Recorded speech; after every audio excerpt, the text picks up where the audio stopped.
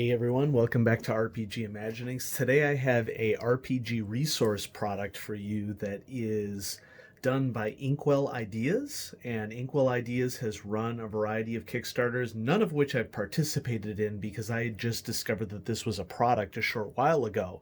But the product in question here, as you can see, are Sidequest decks.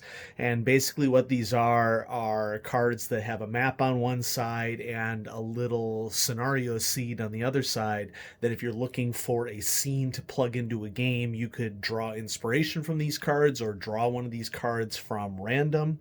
And in addition to these SideQuest decks, Inkwell Ideas also has a wide variety of other products as well.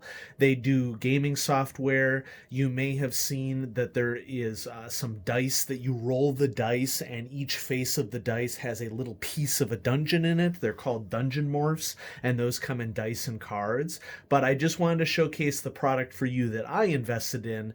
And it probably doesn't surprise you that I invested in the one that is called Lovecraftian / paranormal.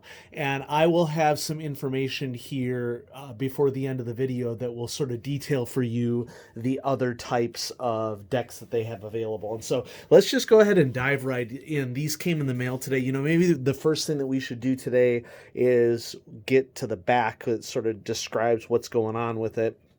And so if I can just get it to focus, there we go.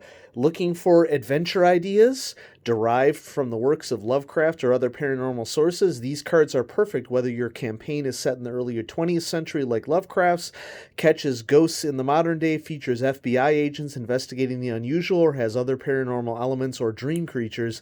Use them for a one-shot adventure or string several mini-adventures together into a campaign. And so I like these in that these are generic enough in that it also will cover Delta Green, for example. So one side of each card has an adventure outline with a backstory, PC hooks, encounter possibilities, and follow-up ideas. The other side of the card has the most important map for that adventure. Use maps from other cards as needed.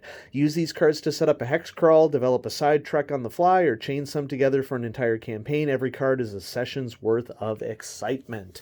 And so this is the Lovecraft and Paranormal set, and let's just go ahead and bust it open. Now, I got this in the mail. It's not shrink wrapped on the outside. So if keeping the box is pristine is important for you, that's something that you might want to consider. That now, to be fair, I ordered mine from Amazon, and normally I would encourage everybody where possible to order directly from small manufacturers, but I actually discovered this product on Amazon, and then in preparation for this video, I went to the actual website. And so any future decks of this that I buy, I'm definitely going to buy directly from Inkwell Ideas. I used the knife to open it up, but it does have a little pull tab here that allows you to open it up. So there we go. So here we go. SideQuest decks, Lovecraftian Paranormal. So there is this card right here that has on the back has the information from the back of the box, and they feel really nice. They feel like solid cards, and they have a nice little glossy feel to them. And so let's just leaf through a couple of them. So all of these, on one side, contain a map of a particular situation, and they're pretty cool maps.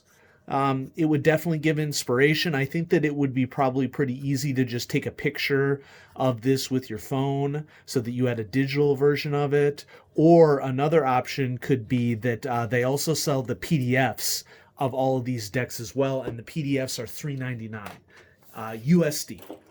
So I'm actually going to mark this down on my sheet, because I will have a sheet here at the end where you can just look at the sheet and it will give you all the information. If you wanted to pause it, you could pause it to read through. They also have Npc Portrait Decks. Let's just go ahead and flip a couple of these. I'm just going to draw one at random. Okay, let's draw this one. Okay, and so it looks like I drew a mansion of some sort. And on the other side, yep, it says Old Family Mansion. Let's see what we get here.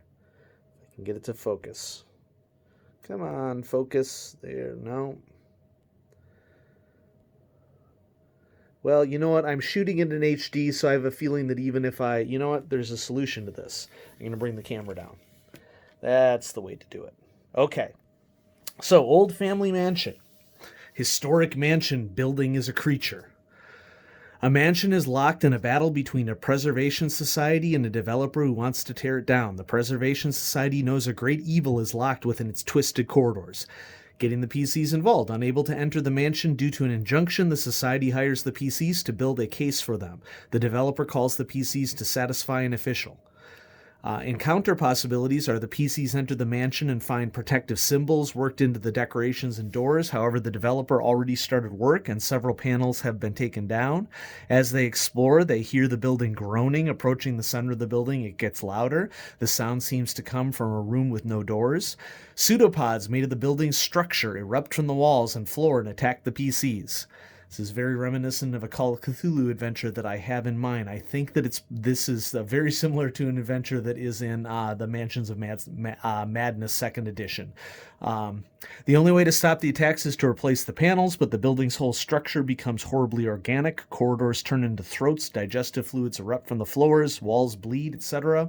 Gross. As the PCs reach the panels, a hideous beak erupts from the floor. The panels must be replaced to end it. Follow-up adventure ideas. The developer does not believe the PCs and goes ahead with the demolition. Okay, and so map on one side, sort of story hints on the other side. Here's another example. This one is The Color from Beyond. Okay, clearly a reference to The Color Out of Space. And looks like we have a circus here, freak show, circus mystery experiments. And, so a lot of these are, common tropes. I do want to point out that these cards are numbered. So if you shuffle them around, you can get them back into their original order based upon how they are numbered. There's 54 cards in the set. And so I thought that might be a product that would be very interesting to my viewers. Now, some of you, I'm sure, are curious about, well, what sort of decks do they have besides the Lovecraftian Paranormal? And the answer is a lot, and it's growing as they continue to release Kickstarters. And so I went ahead and I put together a information sheet that at any point, if you just want to pause the video and, check it out. There's stores. It's stored at inkwellideas.com. I'm going to have to move the camera one more time. Sorry about that.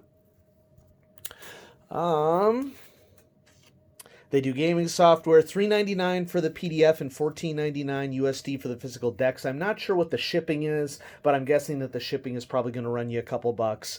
These are available on Amazon, so I didn't pay anything for the shipping. They have NPC Portrait Decks of fantasy, monsters, sci-fi, and you can pause the video and read the Sidequest decks. And so I'm going to keep this video down to a reasonable time because I also just want to bring up some Call of Cthulhu news as well. And so if you were here for the Sidequest decks and you're not interested in Call of Cthulhu, feel free to click away. But for those of you who are interested in Call of Cthulhu, we had some big news come out recently. Now, when I'm recording this video, it is a Sunday, and on Saturday, MOB had posted on various social media and on basicroleplaying.org the big news of finally giving us the details on the 7th edition Malleus Monstrorum. And probably the biggest part of the announcement here was that this is a 2-volume slipcase set. I think it's going to retail for $99.99 for the physical version, which is, right in line with large releases like that. Not quite as expensive as the big box for Horrors on the Orient Express or for Masks of Nyarlathotep, but I think that this product is slightly smaller than Masks. And so this product is 2 books. One of them is clocking in at like about 200 or so pages, and the other one at about 240. The first book, notice the artwork here. This is for Volume 2, Deities of the Mythos, and the Volume 1 is for Monsters of the Mythos. And I actually prefer the cover art for Volume 1 over Volume 2. I mean, I think they're both great and awesome and so eldritch, but this is just the image that I pulled that MOB had posted. And so, feel free to go to the Chaosium website to get some more information. But MOB indicated that the PDF is going to drop for this soon, which usually means Monday. If he's giving us information on a Saturday, that usually means that by Monday, the PDF is going to drop. PDF is $40. And as always, for Call of Cthulhu, or any Chaosium product, I should say, you get the cost of the PDF off of the physical copy when it drops, and the physical copy is scheduled for October 2020. So something to look forward to if you are a Call of Cthulhu fan in the audience. Thanks for watching, everybody. I'm going to have more great RPG products coming at you soon. Bye-bye.